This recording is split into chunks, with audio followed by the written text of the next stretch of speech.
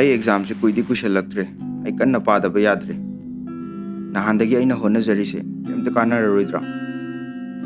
ꯑꯩꯈꯣꯏ ꯄꯦꯔꯦꯟꯁꯅ ꯑꯩꯉꯣꯟꯗ ꯈꯟꯖꯔꯤꯁꯤꯒ ꯑꯩꯅ ꯃꯔꯝ ꯑꯣꯏꯔꯒ ꯃꯣꯏ ꯏꯀꯥꯏꯕ ꯅꯪꯍꯟꯗꯣꯏ ꯖꯥꯠꯂꯥꯅꯦ ꯃꯣꯅꯤꯀꯥꯅꯗꯤ ꯑꯩꯁꯦ ꯂꯥꯏꯔꯤꯛ ꯌꯥꯝꯅ ꯍꯩ ꯀꯥꯏꯅ ꯈꯟꯖꯕꯅꯦ ꯃꯥꯅ ꯑꯩꯉꯣꯟꯗꯒꯤ ꯍꯦꯟꯒ꯭ꯔꯗꯤ ꯑꯁ ꯑꯩꯗꯤ ꯃꯥꯏ ꯊꯝꯐꯝ ꯂꯩꯔꯔꯣꯏꯍꯦ ꯔꯥꯍꯨꯜ ꯍꯣꯏ ꯀꯥꯡꯕꯨꯗꯨꯁꯨ ꯔꯤꯚꯤꯖꯟꯒꯗꯤ ꯌꯥꯝ ꯆꯠꯄꯅꯦ ꯑꯩꯗꯤ ꯑꯃꯐꯥꯎꯁꯨ ꯆꯠꯍꯧꯗ꯭ꯔꯦ ꯑꯩ ꯄꯥꯕ ꯍꯧꯔꯒꯦ ꯁꯣꯏꯗꯅ ꯆꯣꯞꯄ ꯇꯥꯔꯦ ꯅꯍꯥꯟ ꯅꯣꯡꯃ ꯑꯃ ꯁꯅꯥꯊꯣꯏꯒꯤ ꯃꯄꯥꯅ ꯑꯩꯉꯣꯟꯗ ꯍꯥꯏꯔꯛꯈꯤꯕꯗꯨ ꯀꯩꯅꯣꯅꯦ ꯁꯅꯥꯊꯣꯏꯗꯣ ꯃꯄꯥꯟꯗ ꯇꯝꯃꯅꯤ ꯍꯥꯏꯕ꯭ꯔꯥ ꯀꯩꯅꯣꯝ ꯍꯥꯏꯈꯤꯕꯅꯤꯅꯦ ꯃꯥꯔꯛꯀ ꯋꯥꯡꯗ꯭ꯔꯗꯤ ꯑꯩꯗꯤ ꯀꯃꯥꯏꯅ ꯑꯩꯈꯣꯏ ꯏꯃꯨꯡꯗ ꯃꯄꯥꯟꯗ ꯇꯝꯒꯦ ꯀꯥꯏꯅ ꯍꯥꯏꯕ ꯌꯥꯔꯛꯇꯣꯏꯅꯣ ꯑꯁ ꯀꯩꯅꯣ ꯑꯩꯅ ꯇꯧꯗꯣꯏꯁꯦ ꯑꯦꯡꯖꯥꯏꯇꯤ ꯍꯥꯏꯕꯁꯤ ꯃꯤ ꯈꯨꯗꯤꯡꯃꯛꯅ ꯂꯣꯏꯅ ꯊꯦꯡꯅꯔꯛꯄ ꯉꯥꯛꯇꯅꯤ ꯀꯅꯥꯅꯣꯃꯒꯤꯗꯤ ꯌꯥꯝꯅ ꯐꯕ ꯁꯣꯔꯁ ꯑꯣꯐ ꯃꯣꯇꯤꯚꯦꯁꯟ ꯑꯣꯏꯔꯝꯕꯁꯨ ꯌꯥꯏ ꯀꯅꯥꯅꯣꯃꯒꯤꯗꯤ ꯍꯦꯟꯅ ꯈꯟꯖꯤꯜꯂꯒ ꯍꯦꯟꯅ ꯋꯥꯔꯤꯠ ꯑꯣꯏꯔꯒ ꯑꯟꯄ꯭ꯔꯗꯛꯇꯤꯚ ꯑꯣꯏꯔꯝꯕꯁꯨ ꯌꯥꯏ ꯋꯥꯔꯤꯠ ꯑꯣꯏꯁꯜꯂꯒ ꯐꯣꯀꯁ ꯃꯥꯡꯉꯛꯄ ꯀꯟꯁꯦꯟꯇ꯭ꯔꯦꯁꯟ ꯇꯧꯕ ꯉꯝꯃꯛꯇꯕ ꯐꯤꯖꯤꯀꯦꯜꯂꯤ ꯂꯦꯡ ꯈꯣꯠꯄ ꯇꯧꯗ꯭ꯔꯁꯨ ꯌꯥꯝꯅ ꯋꯥꯁꯜꯂꯛꯄ ꯁꯣꯔ ꯍꯣꯟꯕ ꯅꯨꯡꯉꯥꯏꯔꯛꯇꯕ ꯃꯤꯍꯨꯟ ꯆꯣꯡꯈꯠꯂꯛꯄꯅꯆꯤꯡꯕ ꯃꯊꯛꯇ ꯍꯥꯏꯖꯈꯤꯕ ꯑꯦꯛꯖꯥꯝꯄꯜꯁꯤꯅ ꯑꯦꯛꯖꯥꯝ ꯑꯦꯡꯖꯥꯏꯇꯤꯁꯤꯁꯨ ꯑꯦꯡꯖꯥꯏꯇꯤ ꯃꯈꯜ ꯑꯃꯅꯤ ꯉꯁꯤꯒꯤ ꯚꯤꯗꯤꯑꯣꯁꯤꯗꯤ ꯑꯦꯛꯖꯥꯝ ꯑꯦꯡꯖꯥꯏꯇꯤꯒꯤ ꯅꯠꯇꯦ ꯑꯦꯛꯖꯥꯝ ꯑꯦꯡꯖꯥꯏꯇꯤꯒꯤ ꯗꯦꯗꯤꯀꯦꯇꯦꯗ ꯑꯣꯏꯕ ꯚꯤꯗꯤꯑꯣ ꯑꯃ ꯅꯣꯡꯃ ꯃꯇꯥꯡ ꯆꯥꯕꯗ ꯑꯩ ꯁꯦꯝꯖꯔꯛꯀꯦ ꯉꯁꯤꯒꯤ ꯚꯤꯗꯤꯑꯣꯁꯤꯗꯤ anxiety in general.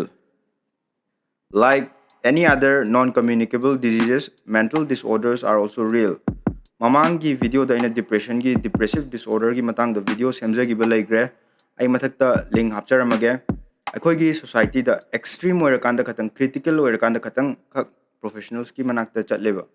mental health haibasisu atai health care skin care regime da care lo dumaina mental health care sisu lo buse yamna important oibrana khali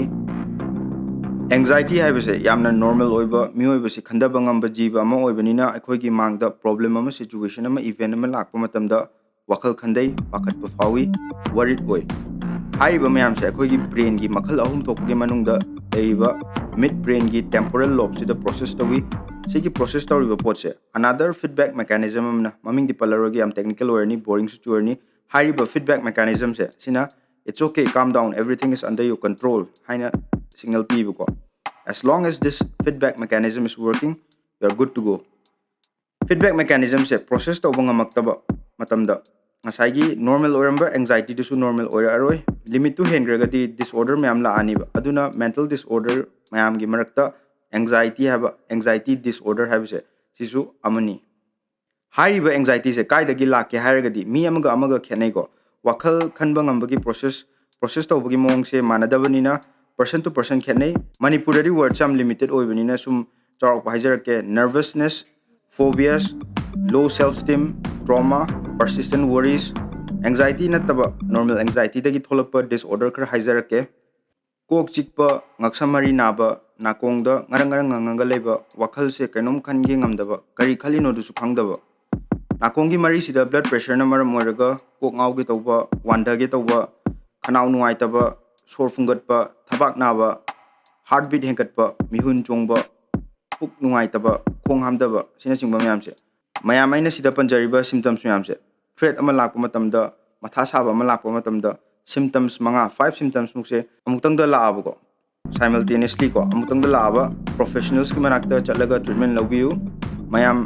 run and gun da kanagadaba nganga ki temporary ki oiba anxiety relief oi kai khara haijarake mi khara amda kanagani khara amda kanaroi sat launa dum phagibasu yawgani matam changbasu dum yawgani kananomogi di practice tawraga result tamna phangakpasu yawgani kananomogi di khudakta sat launa result phangbasu yawgani so take your time figure out what works for you and what doesn't ahamba point relax yarigai relax oiba 24 hours ki manungda 5 minutes muk practice tawiba hariba 5 minutes e nongmagi ahumrak marirak sum tawiba ngamigai di ai ko sor sangna honba khajai gi makhadana khajai sigi makhada sum massage tawiba ko ngaksam mari daga sum paibiba shoulder se loose oinaba static exercise hai tarene phamaga dum tawrsu yai adum sum sanabiba ko loose oinaba muscle stiffness to ani suba point ta multitasking habise yarigai tawbidaba adom da distraction piriba phone technologies gadgets aktang off thambiba ko brain se thabak ama tawba matamda thabak ama tangdudang tawba ko ꯆꯥꯛ ꯆꯥꯔꯦꯗꯅ ꯃꯍꯥꯎ ꯂꯩꯅ ꯆꯥꯕꯤꯕ ꯇꯨꯝꯃꯦꯗꯅ ꯇꯨꯝꯕꯤꯕ phone ꯌꯥꯎꯗꯕꯤꯗꯀꯣ ꯌꯥꯔꯤꯈꯩ ꯌꯨꯅꯤꯇꯥꯁꯀꯤꯡ ꯇꯧꯅꯕ ꯍꯣꯠꯅꯕ clarity ꯍꯦꯟꯒꯠꯂꯛꯀꯅꯤ clarity ꯍꯦꯟꯒꯠꯂꯛꯑꯗꯤ brain ꯐꯣꯛ ꯍꯟꯊꯈꯤꯅꯤꯕ ꯑꯍꯨꯝꯁꯨꯕ ꯄꯣꯏꯟꯠꯇ ꯃꯤ ꯈꯔ ꯑꯃꯗꯤ ꯑꯦꯡꯖꯥꯏꯇꯤꯁꯦ ꯈꯔ ꯀꯥ ꯍꯦꯟꯅ ꯂꯩꯒꯟꯕꯁꯨ ꯌꯥꯎꯋꯦꯕ ꯃꯁꯥꯒꯤ ꯈꯔ ꯑꯃꯅ ꯁꯥꯊꯤꯕ ꯄ꯭ꯔꯣꯕ꯭ꯂꯦꯝ ꯃꯌꯥꯝ ꯐꯦꯁ ꯇꯧꯔꯁꯨ ꯂꯥꯏꯐꯇꯨ ꯁꯥꯊꯤꯕ ꯃꯌꯥꯝ ꯊꯦꯡꯅꯔꯁꯨꯀꯣ ꯑꯦꯡꯖꯥꯏꯇꯤꯒ ꯑꯃꯨꯛ ꯆꯪꯗꯕ ꯏꯁꯥꯅ ꯁꯦꯜꯐ ꯑꯋꯦꯔꯅꯦꯁꯀꯤ ꯇꯥꯏꯞꯇ ꯑꯩꯁꯦ ꯑꯦꯡꯖꯥꯏꯇꯤꯗ ꯈꯔ ꯁꯤꯐ ꯇꯧꯒꯟꯕ ꯃꯤ ꯑꯣꯏꯅ ꯈꯜꯂꯗꯤ ꯃꯁꯥꯒꯤꯅꯦ ꯑꯩ ꯏꯁꯥꯒꯤ ꯍꯦꯟꯅ ꯈꯟꯖꯟꯖꯕꯒꯤꯅꯦ ꯑꯩꯁꯦ ꯍꯦꯟꯅ ꯈꯟꯖꯜꯂꯕ ꯃꯥꯜꯂꯦ ꯄ꯭ꯔꯤꯊꯤꯕꯤ ꯀꯥꯏꯗꯧꯁꯨ ꯂꯩꯇꯦ ꯑꯗꯨꯅ ꯁꯨꯃꯥꯏꯅ ꯑꯗꯨꯝ ꯈꯟꯕꯤꯕꯀꯣ point is you need to learn how to live with your anxiety without causing much trouble to yourself hidak langthak adudagidi aigi mindset se aware oijaba manipulate tawba ngamba wakhal se chawthokena thawaina chawthokpa jitna laksanu kem tawroi this is the best and the most natural way hence the most important point to be noted mari suba point ta aina hanjana atopa mamangi videos asu yamna toina panjagre physical exercise walking, lifting, cardiovascular exercises, climbing, running, swimming, physically moving your body. Loimaki ko mental health khudimakta loina kanagani. Manga suba point sidi kitang odd oiba activities ama oibisu yai. Compact kumba, bowl gumba, achoba ama lawbiredana. Adu ice cube khara hapidana. Ising aingba tawraga maise. Angak sum tingbu sanaba ko. Sortingaga. Swimming se pangadi chanade adu swimming habise second best exercise neba. Sida parasympathetic nervous system se yam cool down tawhaleba chatrabanina adugi action do matau tamboina mimic tawboina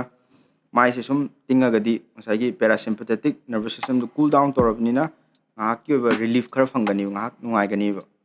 point number 6 sidi aikoina wakhal ama khanba matamda khaliba poto adum chungani haiba leiteba mayamna su hena thengabiramani wakhal khanbadana ama